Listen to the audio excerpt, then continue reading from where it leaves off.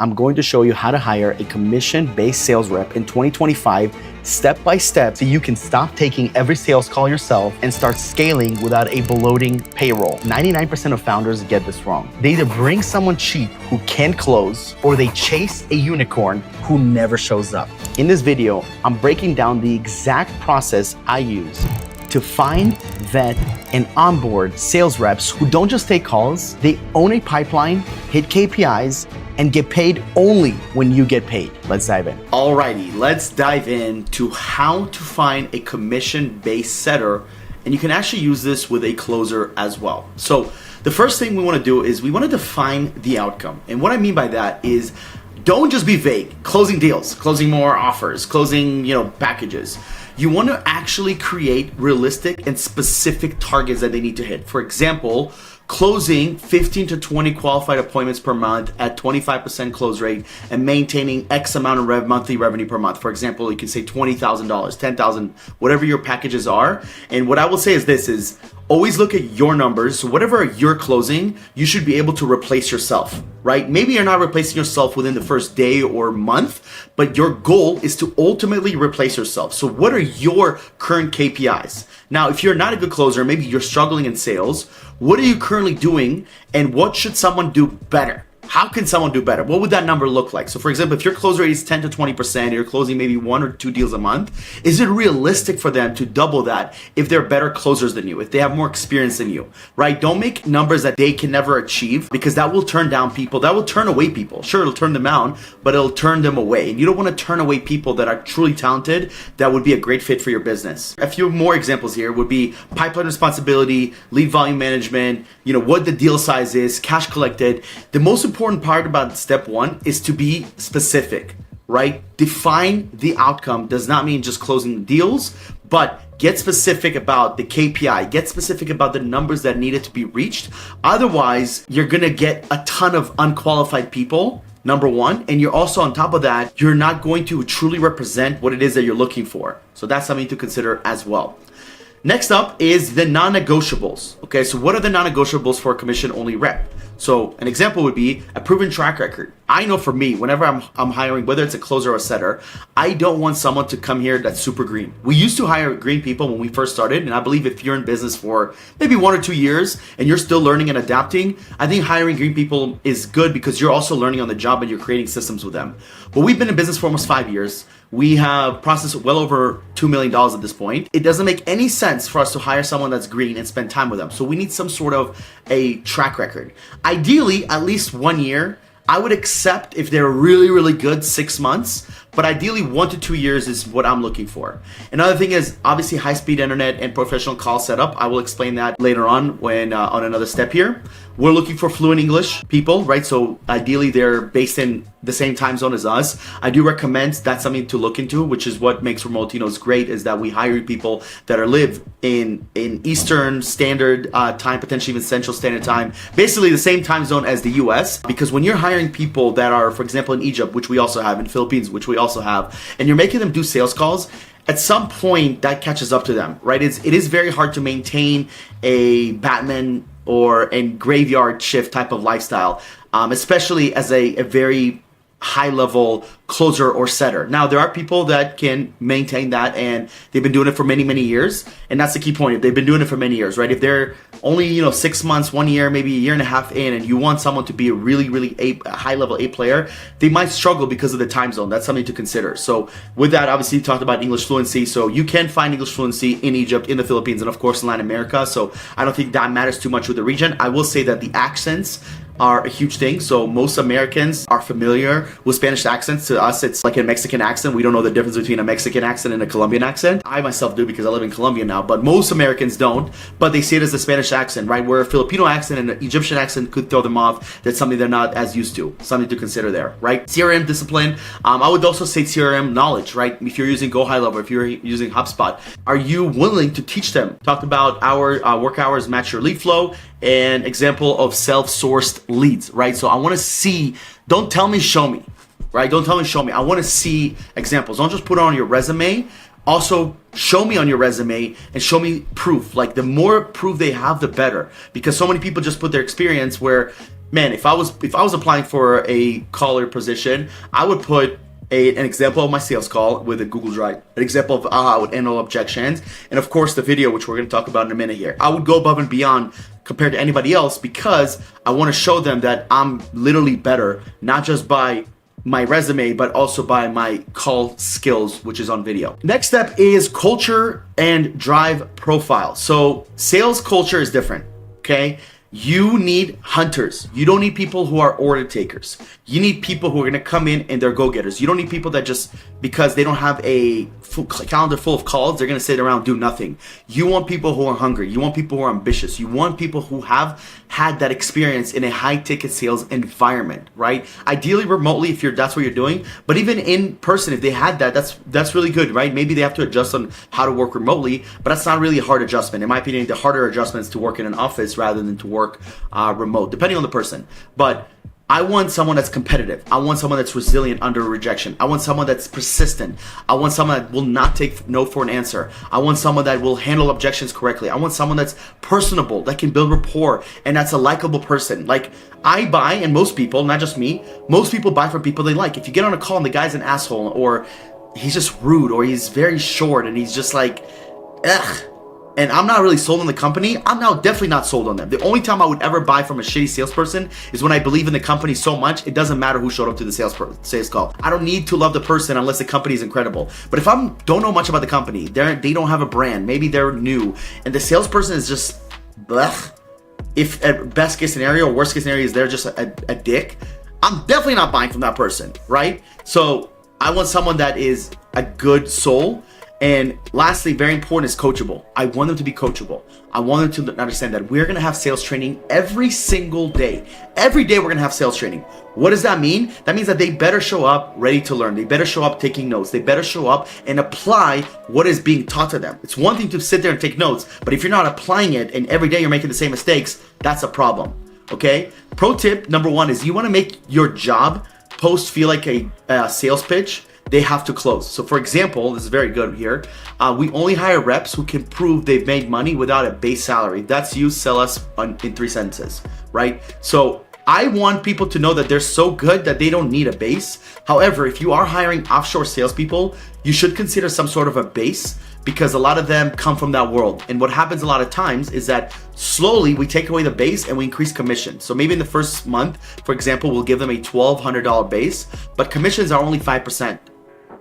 In the future, the goal is to give them a 10% commission and lower the base. And then maybe a 12, 13% commission and have no base. Let them work up to it because the base also gives them a sense of security. And it's something that they're used to. And when I mean security, it doesn't mean that they're laziness. It just gives them a sense of like, okay, I can actually study and actually train properly without having to close on the first day or week, right? Of course, we want that, but sometimes they need like a month to really understand the process and the sales, product that they're selling. And it does take a little bit of time, especially when they're coming from a completely different industry. Now, if they're coming with the exact same industry knowledge, they're in the same niche, then maybe, after a few days, after a week, or maybe 2 weeks max, they can start closing deals. So consider their current state and obviously look into their resume. And when you're having these interviews with them, which we'll talk about in a minute, it'll give you a lot more of a perspective of what to do. If this sounds like a lot so far for you guys, well, this is one of the reasons that we actually help you create this at RemoteLatinos. I'm gonna dive into this a little bit later because this is just the beginning. This is just a pre-phase of making sure you outline what it is that you're looking for, because the next act is finding and filtering. Okay, so where are you gonna find these closers? Well, we use LinkedIn. It's a huge tool for us to actually use on a regular basis, and I'm actually gonna show you guys what we do here. This is like one way of doing this. Of course, there's many ways, and you can actually look into Paying for Sales Navigator, which will automate a lot of this. But a lot of groups have these posts, right? We're looking for a sales closer, and sometimes they get a little bit more than just one comment. So when you look up high ticket closer, you might actually be able to see some people that are interested in the offer. Sounds like a sick offer. I have some friends in the space. You can literally message someone like Alfredo, someone like Aaron, right? Another one is you can look into, like, if you look up closers and I go into groups, you'll see there's a ton of different appointment setters, closers, 4,000 members here, 900 members here, 2,000 members here.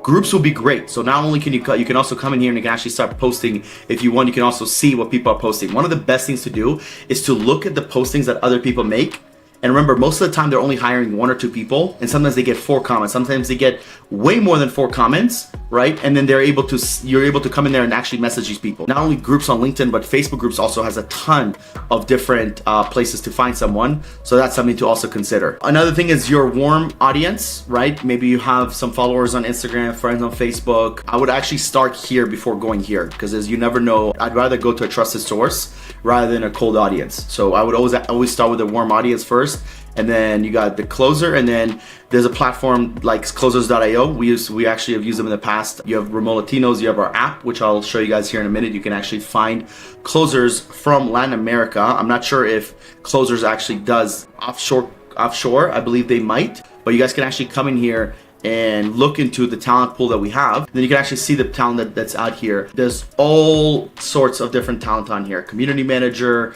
CSR, the application funnel. So this is very important. You guys can use a platform like Google Forms or Typeform to create a short questionnaire for people to apply. Usually this is going to be about 10 to maybe 20 questions. And in this, you're going to want to make sure that everybody submits a 60-second video pitching themselves. It could be a little bit longer. I would say 60 to 180 seconds, so about 1 to 3 minute video. I want to see track of record proof, like share their screen and actually go over. Don't just give me a video of you, but show me certain things. And I'm giving them actually these instructions. I don't expect them to show me if you don't ask. People are not going to go above and beyond if you don't ask them to.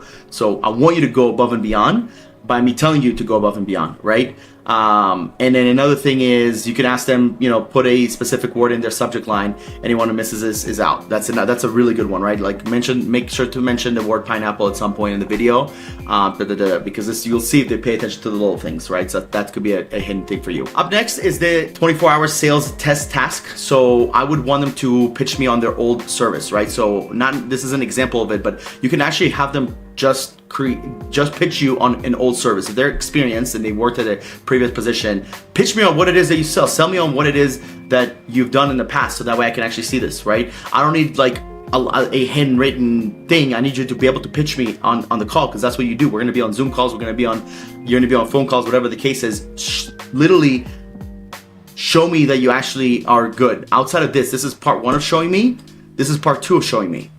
Okay, and I usually give them about 24 hours to do this, and I only ask people to do this once they've done this. And I go through this, I go through their questionnaire, I go through their little video, I break everything down, I feel pretty good, then I give them a skill test. And normally I give skill tests to about 5, maybe 6 people, and out of the 5, 6, I only interview a couple, which I'm gonna go to. You can also use the scoring system here. And connecting with prospect, clear communication, handle. You can do 0 to 3 and make it a little bit logical. You can also run all this through ChatGPT. So that way ChatGPT, who is obviously not emotional, will give you a lot of different logical feedback as well. Because the next part is the fun part. Not that everything else was not fun, but this is really the fun part, because now it's about interviews. The way we do interviews, we do a 2-step interview. One is the cultural interview, more about the fit and making sure it's a good fit. So these are some examples that we use. And then part 2 is more of a skill live role play, right? So at this point, I feel pretty confident about them. And I did the first interview, I scheduled the second interview. If I'm the only person that's interviewing, if I don't have a business partner or anybody else that helps me with this, then I schedule the next interview, usually within 1 or 2 days after, and at a different time. So I don't do the same interview at the same time. I do one in the morning, afternoon, early afternoon, the next one later in the afternoon, maybe in the evening. So I wanna see how they show up at different times throughout the day, because they're gonna have calls in the morning, they're gonna have calls in the middle of the day, at the end of the day, so on and so forth. And this one's more about the skills. So I will give them right after the first interview, I will give them a script, which is our script to study, and then they're gonna have to pitch me on our service. And I want to see how they would pitch me on our service based on the knowledge they have, everything they've gathered. They have so much information online about what we do, about myself, about our company, so on and so forth. It's not rocket science. We're literally a recruiting company. I feel like it should be pretty easy within, studying this after like 30, 40 minutes, they should be able to rack this up, especially the better the salesperson. It's important here is if I really loved how they were on the first interview, if I loved how they answered their questions, if I love how they did the skill test, if I loved how everything has gone so far, but their second interview is kind of like what I have to ask myself is, am I okay with training this person? Am I okay with taking them from where they are now and helping them grow in this position? If so, then I would definitely consider potentially hiring them. If not, then move on. Because this is right here is what you should really feel confident about them about before the interviews, but after the interviews it should be the final stamp. If on the interview you're kind of like, man, I loved everything else, but ask yourself, how much time are you willing to spend with them? Because if you're not willing to spend that much time with them, maybe don't consider to hire them. This is a bonus. I don't do this all the time, but we have done this, and every time we've done this, it's great. And every time we haven't done this, I don't know why we don't do more of it. And it's references, right? Ask them who we can actually contact, because if they worked in the past, especially as a salesperson, maybe I can speak with their sales manager, maybe the CEO, whoever they worked with, and I would only need about 5 minutes, right? I don't need to spend an hour, like 5-10 minutes, seeing how that person worked for the previous company and so on and so forth.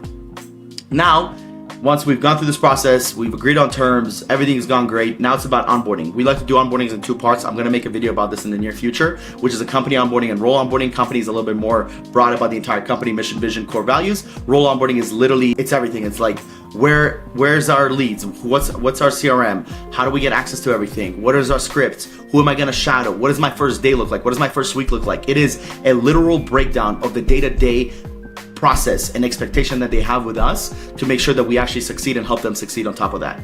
Then trial period begins. This is very important. Closers are paid on commission. The most important thing about closing is cash, right? And them actually closing deals. Now in the first 30 days, the way I like to do it is they learn the offer, shadow top calls, maybe start taking some calls. They take usually cold leads. I don't let them get warm leads. But as we progress to month 2, now I'm giving them some calls. I'm starting to book appointments for them. I feel pretty good about them. Now, obviously after the first 30 days, they've shadowed a lot. They've sat there, they sat on multiple calls of mine or the salesperson or whoever it may be. And then we have obviously done a lot of role plays. I've done Mr. Nice Guy, I've done the asshole, I've put them in different positions, I've tested them, I have made it difficult for them, and enough to where I feel confident where if I give them warm leads, whether they are warm and they're nice guys or warm and they're assholes, they're ready to go a lot more. Because by the end of the second month, I should feel pretty good about them, because after 90 days is when we need to make a decision whether they're gonna be here or not, right? So really, it's a trial, right? We're gonna do everything to make it seem like it's not a trial, because I want them to be here long term and I want them to succeed, but it is a trial. And if after the trial we don't feel good about them, then we have to consider what to do next. This is a cadence, so we have daily pipeline check-in, we have daily sales calls. I'm gonna add that here. Daily sales meetings, call reviews, our role plays, monthly performance review. That's pretty much it. And then again, integrated closer. You want to make sure they're hitting KPIs, managing their own pipeline, protecting your brand, and so on and so forth. This is very, very important. This is very underrated. Sometimes this is as a CEO, and if you're a founder in the company and you're taking calls, you're protecting your brand always because you want to, this is your baby. But a new closer doesn't, of course they care, but they don't really care because they can get fired at any point. This is something you want to make sure, because I've had trouble with this. Previous closers where they make the other person on the other end feel bad and don't feel good about themselves or the business, and that you don't want that. You want to protect your brand at all costs. So even if you don't close, at least they feel grateful and they're happy that they spoke with you. It should never feel like they wasted time, they wasted their energy, and it was a complete sham. They don't want to feel bad about this taking a call, because not every person is going to close. They should feel good, they should feel appreciative, and from there you should be able to close more deals. Again, if you guys are, this seems like a lot. So if you guys want to hire A-player closers or setters, we actually have a list of thousands, actually tens of thousands of people that we pre-vetted and that we built relationships with, and they're looking for jobs. They're looking for amazing remote jobs where they can get paid American dollars, they can grow in their positions, they can earn commission, and overall get better at everything that they do. So if that's you and you're looking for those type of people, please head over to RemoteLatinos.com, schedule a call with our team. Let us help you find your next Rockstar Remote team member. You can actually do a research on our website and find out a little bit about what we do and how we've been able to become so successful and work with some premier companies in the space, whether you're in the agency world with bad marketing or in the real estate world with 7-figure cartel. So guys, I appreciate you so much. Thank you for watching the video. Like, comment, subscribe, and I'll see you on the next one. Os.